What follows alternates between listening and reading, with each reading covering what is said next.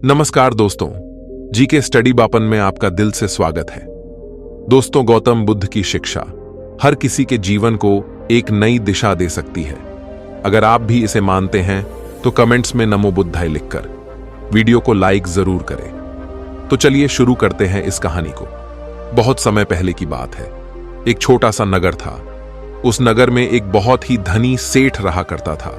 उस धनवान सेठ के पास कहने को सब कुछ था, किसी चीज की कोई कमी नहीं थी। उस धनवान सेठ ने अपने जीवन में बहुत बड़े बड़े मुकाम हासिल किए थे। उसने अपने जीवन में कई सफलताएं प्राप्त की थीं। वह जिस नगर में भी व्यापार करने जाता था, वहां पर भी उसे सफलता मिलना निश्चित था। वह अपने जीवन में कभी भी हारा नहीं था। उसका व्यापार भी खूब जोरों शोरों से चल रहा था। उसके पिताजी ने उसे ऐसी 4 बातें बता रखी थीं जिसका वह नियमित पालन किया करता था और उन्हीं बातों का अनुसरण किया करता था, और उन्हीं बातों की वजह से उसका जीवन बड़ा ही सुखमय था। वह जीवन के हर क्षेत्र में सफल था। ऐसे ही काफी समय बीत गया और अब वह धनवान सेठ काफी बूढ़ा हो चुका था। अब उसे लगने लगा था कि मेरी मृत्यु बहुत नजदीक है, मेरी मृत्यु कभी भी हो सकती है। और वह जानता था कि उसका बेटा बहुत नादान है, उसे अभी दुनियादारी की समझ नहीं है। इसलिए उसने अपने बेटे को अपने पास बुलाया और अपने बेटे से कहा, बेटा, मैंने अपने पिताजी से 4 बातें सीखी थीं और उन्हीं बातों को मैंने अपने जीवन में उतारा। उन्हीं के अनुसरण की वजह से आज मैं अपने जीवन में इतना सफल हूं, अपना जीवन सुखमय पूर्वक बिता रहा हूं। उन्हीं बातों की वजह से आज मैं इतना सुखी हूं, संतुष्ट हूं और इतना धनवान हूं। ना ही कभी मुझे कोई बीमारी हुई और ना ही मुझे कभी कोई धन की कमी हुई। और तुम देख ही पा रहे हो कि मैं इस नगर का सर्वश्रेष्ठ धनवान, लेकिन आज मेरे पास जो कुछ भी है मैं उससे संतुष्ट हूं, मैं खुश हूं। लेकिन मैं चाहता हूं कि तुम मुझसे भी आगे बढ़ो, तुम और नाम कमाओ, तुम और धन कमाओ, लोग तुम्हारे बारे में जाने, तुम्हें पहचाने, क्योंकि हमारा समय कुछ और था और तुम्हारा आने वाला समय कुछ और ही है। उस धनवान सेठ ने अपने बेटे को अपने ओर करीब बुलाया और उससे कहने लगा, बेटा, आज मैं तुमको दुनिया की ऐसी 4 महत्वपूर्ण बातें बताने जा रहा हूं जो मुझे मेरे पिताजी ने बताई थी, और इसी के कारण आज मैं इतना सफल हूं। यदि तुमने इन सभी बातों को अपने जीवन में उतार लिया, इनका नियमित तौर पर पालन किया, इनका अनुसरण किया, तो तुम भी अपने जीवन में बहुत धनवान बन जाओगे, अपने जीवन को बहुत सुखमय तौर पर बिताओगे। इन बातों के अनुसरण से या तो तुम्हारे घर परिवार में कोई दुख आएगा और ना ही तुम्हारे व्यापार में कभी कोई परेशानी उत्पन्न होगी। इतना कहकर धनवान सेठ अपने बेटे को 4 बातें बताना शुरू करता है। वह कहता है, बेटा, सबसे पहली बात है काम पर छांव में जाना और छांव में आना। दूसरी बात, अपने घर के चारों तरफ चमददे की बाण रखना। तीसरी बात, हमेशा खाने को मीठा करके खाना। और चौथी बात, अपनी पत्नी को हमेशा बांध कर रखना। इतना कहकर वह धनवान सेठ अब निश्चिंत हो चुका था। वह यह जानता था कि उसका बेटा बहुत भोला है।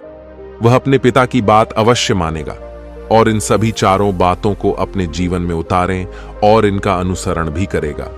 देखते ही देखते कुछ महीने बीत गए और फिर एक दिन धनवान सेठ मृत्यु को प्राप्त हो गया। अपने पिता की मृत्यु के बाद उस धनवान सेठ के बेटे ने उन सभी 4 बातों को एक कागज पर लिख लिया ताकि वह उन्हें भूल न जाए, और उन्हीं बातों को वह अपने जीवन में उतारने लगा। उन 4 बातों का अनुसरण करने लगा। सबसे पहली बात जो उसके पिता ने उससे कही थी, छांव में जाना और छांव में आना, तो उसने अपने घर से लेकर अपनी दुकान तक पूरे रास्ते पर एक टेंट लगवा दिया, क्योंकि उसके पास पैसा तो बहुत था और उसे कोई रोकने वाला भी नहीं था।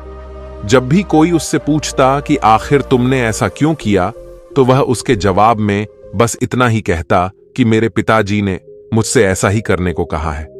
इसके बाद उसने अपने पिता की अगली बात का अनुसरण किया। उसने अपने घर के दोनों तरफ चमदद्दे की एक दीवार खद्दी करवा दी। इसे देखकर आसपास के लोग बहुत क्रोधित हो गए। वे लोग उससे झगड़ा करने पर भी उतर आए। कई लोगों ने तो यहां तक कह डाला कि आखिर तुमने ऐसा क्यों किया? चमददे की बाढ़ तुमने क्यों खड्डी करवा दी? चमददे से बहुत बदबू आती है और इससे हमें तकलीफ होती है। इसे आज ही निकलवा दो। लेकिन कोई उसका कुछ भी ना बिगाड़ नहीं सका, क्योंकि उसके पास बहुत पैसा था, इसलिए कोई भी व्यक्ति उसका ज्यादा समय तक विरोध ना कर सका। और उसने भी मन बना लिया था कि वह अपने पिता की सभी बातों को पूरे दिल से मानेगा। उसके पिता ने उसे तीसरी बात कही थी, खाने को मीठा करके खाना, जिसके कारण वह अपनी पत्नी से हर रोज खाने में कुछ मीठा ही बनवा आता था। कभी सेवियांश, कभी हलवा, तो कभी मिठाइयां। हमेशा यही सब खाता रहता। और उसके पिता ने उसे चौथी बात कही थी, अपनी पत्नी को हमेशा बांध कर रखना, जिसके कारण वह हर रोज अपनी पत्नी को रस्सी से बांध कर रखता था। ऐसे ही कई दिन बीत गए और देखते ही देखते अब वह सेठ के बेटे का जीवन धीरे धीरे बर्बाद होने लगा था, क्योंकि उसने अपने पिता की सभी बातों का गलत मतलब निकाला था और वह उसी के अनुसार उनका पालन कर रहा था। देखते देखते उसका उतना बढ़ा व्यापार ठप होने लगा था। उसके यहां पर ग्राहकों की संख्या कम होने लगी थी, क्योंकि जब उसका मन करता तब वह दुकान जाया करता, और जब उसका मन करता तो वह दुकान से वापस घर लौट आता। उसका अपने पिताजी के इस कारोबार में मन नहीं लगता था। इस कारण उसके सारे ग्राहक अब उससे नाराज होने लगे थे। उसके सारे ग्राहक अब एक एक करके उस दुकान को छोड़ दियच के चले जा रहे थे। इस तरह उसका पूरा व्यापार ठप हो चुका था, जिससे व्यापार को खाड़ी दिया करने में उसके पिताजी ने खून पसीना कर दिया था। उस व्यापार को उसने कुछ ही महीनों में पूरी तरह से बर्बाद कर दिया था। अब उसका धंधा बहुत कम हो चुका था, जिसके कारण वह बहुत परेशान रहता था। वह बहुत चिंतित रहता था, और इसके साथ ही उसने अपने घर के चारों तरफ चमददे की दीवार खद्दिद्दी करवाई थी। उस कारण आसपास पर बहुत गंदी बदबू फैल चुकी थी। इसलिए जो भी उसके आसपास रहते थे उन सभी ने वह घर छोड़ ढाकर कहीं और पर अपना बसेरा बसा लिया। चमददे की बदबू के कारण अब उसके घर में भी कोई नहीं आता था। यहां तक कि उसके मित्र और रिश्तेदार भी उस घर में आने से कतराते थे। लेकिन अब भी उसे समझ नहीं आ रहा था कि आखिर ये सब हो क्यों रहा है। वह बहुत परेशान रहने लगा था, और वह हमेशा मीठा भोजन किया करता था, जिसके कारण उसका वजन बहुत ज्यादा बढ़ चुका था। और इस मोटापे के कारण उसके शरीर में न जाने कितनी सारी बीमारियों ने अपना घर बना लिया था। आए दिन उसके घर पर वेद आने लगे थे। इन्हीं कारणों से अब उसका पैसा भी इन चीजों में बर्बाद होने लगा था। और अपने पिता की चौथी बात उसने मानी थी, वह थी अपनी पत्नी को बांध कर रखता, जिसकी वजह से उसकी पत्नी उससे नाराज हो गई और वह घर छोड़ ढकर अपने मायके लौट गई। उसने अपनी पत्नी को मनाने की कोशिश की, तरह तरह के उपाय किए, लेकिन उसकी पत्नी नहीं मानी। और वैसे भी कोई भी स्त्री ऐसे मर्द के साथ क्यों रहना चाहेगी जो उसे बेवजह ही बेबात पर बांध कर रखता हो। देखते देखते अब वह सेठ के बेटे का पूरा जीवन बर्बाद हो चुका था। ना तो अब उसके पास व्यापार बचा था, ना ही धन, ना ही उसकी पत्नी, और ना ही वह रिश्तेदार जो पैसों के लिए उसके आसपास घूमा करते थे। और तो और अब उसका स्वास्थ्य भी ठीक नहीं रहता था, जिसका कारण वह बहुत चिंतित रहने लगा था, बहुत परेशान रहने लगा था। उसे यह सब समझ ही नहीं आ रहा था, क्या हो रहा है और क्यों हो रहा है। इन सभी बातों को लेकर तो बहुत परेशान रहता, और वह मन ही मन अपने पिताजी को कोसा करता और कहता, पिताजी, आपने तो मेरा पूरा जीवन बर्बाद कर दिया। आपकी उन 4 बातों के कारण आज मुझसे मेरा सब कुछ छिन चुका है। ना तो मेरे पास व्यापार रहा, ना ही धन दौलत, ना ही वह रिश्तेदार, ना ही मेरी पत्नी, और यहां तक कि मेरे स्वास्थ्य ने भी मेरा साथ छोड़ डाल दिया है। आप ही के कारण आज मेरा पूरा जीवन बर्बाद हो चुका है। यदि मैंने आपकी वह 4 बातें ना मानी होती, यदि मैंने उन्हें अपने जीवन में ना उतारा होता, तो आज मैं एक सुखमय जीवन जी रहा होता। आपकी इन 4 बातों पर चलकर मुझे क्या मिला? मैंने एक आज्ञाकारी बेटे की तरह आपकी सारी बातें भली भांति मानी, उन पर यकीन किया, उनका अनुसरण किया। लेकिन मैं ही मूर्ख था जो मैंने आपकी उन बातों पर आंख बंद करके यकीन कर लिया। इतना कहकर वह फूट फूट कर रोने लगा। तभी उसे एक दिन पता चला कि उसके पास के नगर में एक साधु आए हुए हैं, और वह साधु सभी की समस्याओं का हल बताते हैं। चाहे कैसी भी समस्या हो, वह उसका निवारण अवश्य करते हैं। यह सुनकर उसने सोचा कि चलो एक बार मिलकर देखता हूं, हो सकता है कि मेरी भी समस्या का समाधान मुझे मिल जाए। इस आशा के साथ वह उन साधु के पास पहुंचा। वहां पहुंचकर सीधा उनके चरणों में जा गिरा और जोर जोर से रोने लगा। वह कहने लगा, हे गुरुवर, अब आप ही मुझे बचा सकते हैं। मेरे पिताजी ने तो मेरा पूरा जीवन बर्बाद करके रख दिया। आज मेरी जो भी स्थिति है वह सब मेरे पिताजी के कारण ही है। मेरे पिताजी ने मुझे जैसा कहा मैंने वैसा ही किया। हमेशा एक अच्छे बेटे की तरह उनकी सारी बातें मानी, अपने सारे फर्ज निभाएं, और देखिए मेरे पिताजी ने मेरे साथ क्या किया। मरते मरते भी वह मुझे गलत बात सिखा गए और उसका खामियाजा मुझे आज भुगतना पड़ रहा है, क्योंकि मैंने उनकी सभी बातों को अपने जीवन में उतारा, उनका अनुसरण किया, और देखिए आज मेरे साथ क्या हो गया। मेरा तो पूरा जीवन ही बर्बाद हो गया। मैं अब तक यह नहीं समझ पाया कि मेरे पिताजी ने मेरे साथ ऐसा क्यों किया। क्या मैंने उनके साथ कुछ गलत किया था? इतना कहकर वह उन साधु के सामने और भी जोर जोर से रोने लगा। तभी वह साधु महाराज उस सेठ के बेटे से कहते हैं, बेटा चुप हो जाओ, पहले मुझे अपनी सारी बात तो बताओ, आखिर तुम्हारे साथ क्या हुआ है? तुम इस तरह से क्यों रो रहे हो? तुम्हारी इस परेशानी का क्या कारण है? उन साधु के इतना कहने पर उस सेठ के बेटे ने पर्ची उन साधु के हाथ में रख दी, जो उसने अपने पिता की मृत्यु के बाद लिख रखी थी, जिसमें उसने अपने पिता की चारों बातें लिखी थीं। उन साधु ने पर्ची ली और उसे पढ़ने लगे, और उन्होंने जैसे ही वह पढ़ ढा तो वह जोर जोर से हंसने लगे, और वह उस सेठ के बेटे से कहते हैं, तुम कितने बड्ढे मूर्ख हो। तुम्हारे पिता ने तो तुम्हें दुनिया का सारा ज्ञान दे दिया, लेकिन तुम उसे समझ नहीं पाए, तुम उसका सही तरह से पालन नहीं कर पाए, और कहते हो कि तुम्हारे पिता ने तुम्हें गलत राह दिखाई है, तुमने गलत संदेश दिया है। तुम्हारे पिताजी तो तुम्हारी परीक्षा ले रहे थे कि तुम उनकी बातों को समझ पाते हो या नहीं, तुम उनकी बातों का सही मतलब निकाल पाते हो या नहीं। यदि वह चाहते हैं तो इसका मतलब तुम्हें अच्छी तरह से बता सकते थे, लेकिन वह चाहते थे कि तुम इन बातों का मतलब खुद से जानो, खुद से समझो कि इन बातों का क्या अर्थ है। लेकिन अब तो ऐसा प्रतीत होता है कि मानो तुम्हारी बुद्धि बिल्कुल भ्रष्ट हो चुकी है। तुमसे बड्ढा मूर्ख मैंने आज तक नहीं देखा, जिसके पास दुनिया का इतना बड्ढा ज्ञान हो। वह भला इतनी बड्ढी मूर्खता कैसे कर सकता है? तुम्हारे पास कोई ध्यान नहीं है, तुमने कोई भी ज्ञान अर्जित ही नहीं किया। अगर तुम इन बातों का सही मतलब समझ चुके होते तो तुम भी अपने जीवन में अपने पिता की तरह ही सफल होते, खुश होते, और तुम्हारा जीवन सुखमय तरह से बीत रहा होता। लेकिन तुम इतने बड्ढे मूर्ख हो कि तुमने अपने पिता की बातों का गलत मतलब निकाल लिया। उन बातों के मतलब के बारे में तुमने सोचा तक नहीं। उन्होंने जैसा कहा तुमने वैसा करना शुरू कर दिया।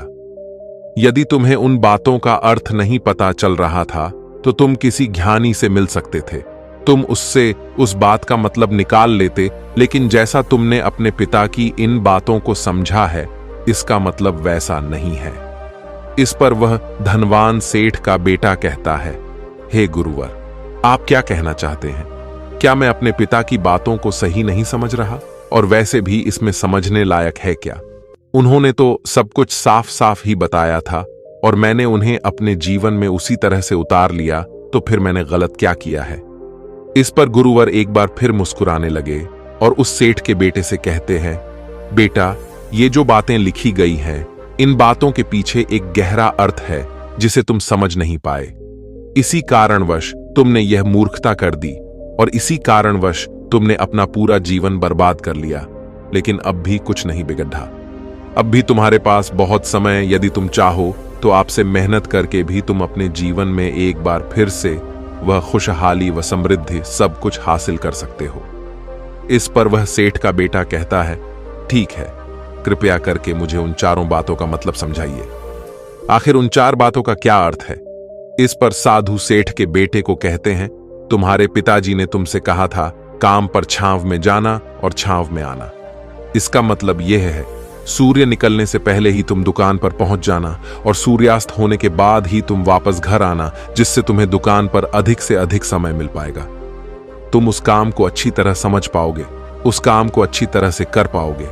उस काम को बढ़ाने में तुम अपना दिमाग लगा पाओगे और तुम अपने काम में तरक्की कर पाओगे। लेकिन तुमने तो इसका गलत ही मतलब निकाल लिया। तुमने तो अपने घर से लेकर दुकान तक एक ऐसा टेंट लगवा दिया जिससे तुम छांव में आ सको और छांव में जा सको। अब तुम ही बताओ, क्या तुमने अपने पिताजी की इन बातों का सही मतलब समझा था? यह सुनकर वह सेठ का बेटा जोर जोर से रोने लगा और कहने लगा, हे गुरुवर, मेरी ही गलती थी। मैंने अपने पिता की इन बातों का गलत मतलब निकाला और इसी कारणवश आज मैं पूरी तरह से बर्बाद हो चुका हूं। मैं ही सबसे बद्धा मूर्ख था।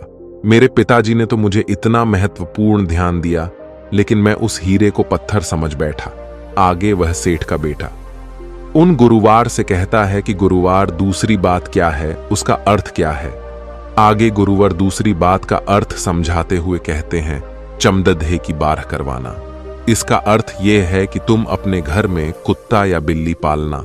जब तुम अपने घर में कुत्ता बिल्ली पालोगे तो ये तुम्हारे घर की चारों ओर से रक्षा करेगा, जिससे तुम्हारी धन दौलत पूरी तरह से सुरक्षित रहेंगी और तुम बेफिक्र होकर दुकान पर मन लगा सकोगे। बेफिक्र होकर दुकान के कामों को समझ सकोगे और तरक्की कर पाओगे। और तो और तुम्हारे मन में कभी यह भी डर नहीं होगा कि कहीं कोई चोर आकर मेरी संपत्ति ना चुरा ले। चमड्ढे की बार करवाने का असली मतलब ये है, लेकिन तुमने तो चमड्ढे की बाढ़ करवाने का मतलब कुछ और ही निकाल दिया। तुमने तो अपने घर की 2 दीवारों को ही चमड्ढे से पूरी तरह से भरवा दिया, जिसके कारण आसपास गंदी बदबू फैल गई। तुम्हारे आसपास के पेट हौसी भी अपना घर छोड़ ढहकर कहीं और चले गए। यहां तक कि तुम्हारे मित्र, तुम्हारे सगे संबंधी भी उस बदबू के कारण तुम्हारे घर पर आने से कतराने लगे।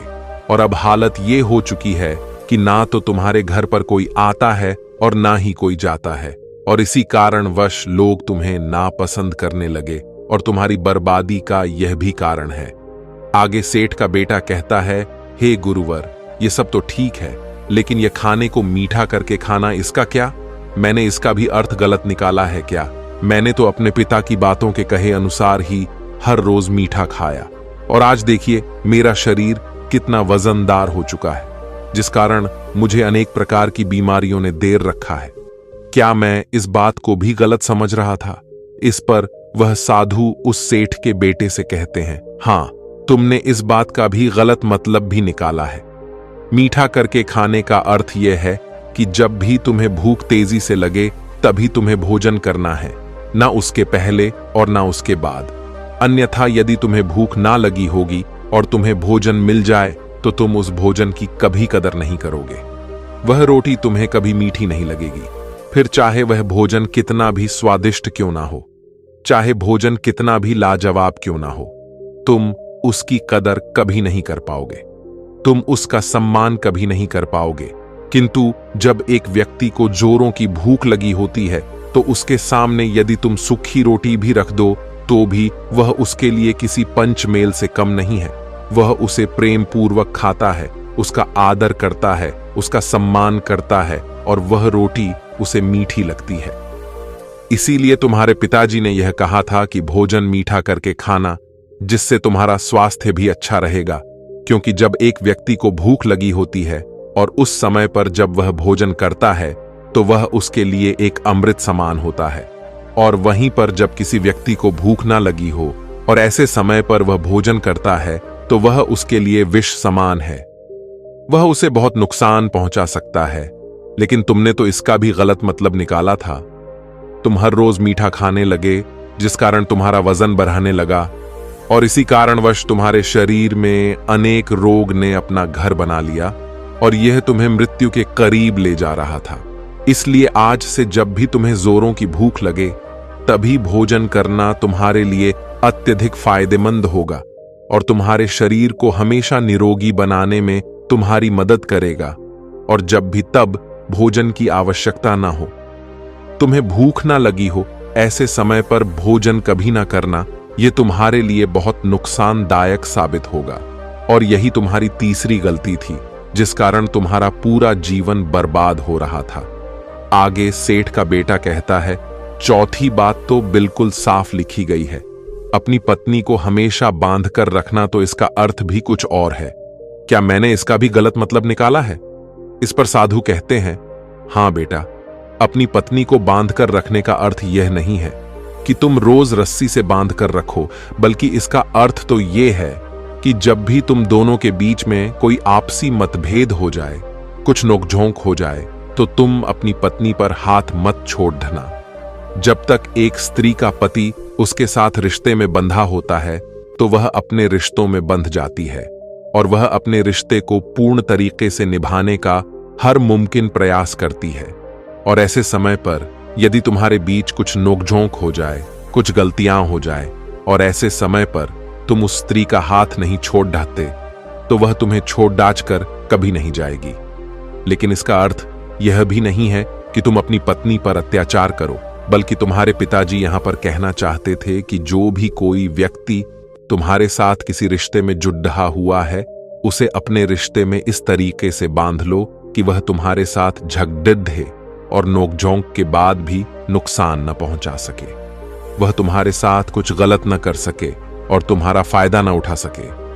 अपने रिश्तों को हमेशा बांध कर रखना, उन्हें खुला मत छोड़ डालना, अन्यथा वह तुम्हारे हाथ से फिसल जाएंगे। और हम में से अधिकांश लोग अपने जीवन में यही गलतियां करते हैं और अपने नए रिश्तों को कभी समय नहीं देते, जिसके कारण उनका रिश्ता उतना मजबूत नहीं हो पाता और इसी कारणवश वह अपने रिश्ते से हाथ धो बैठते हैं। और यही गलती तुमने भी की। तुमने तो अपनी पत्नी को बांध कर रखा था, तो भला वह तुम्हें कैसे माफ कर सकती है? और यही कारण है कि वह तुम्हें छोड़कर चली गई।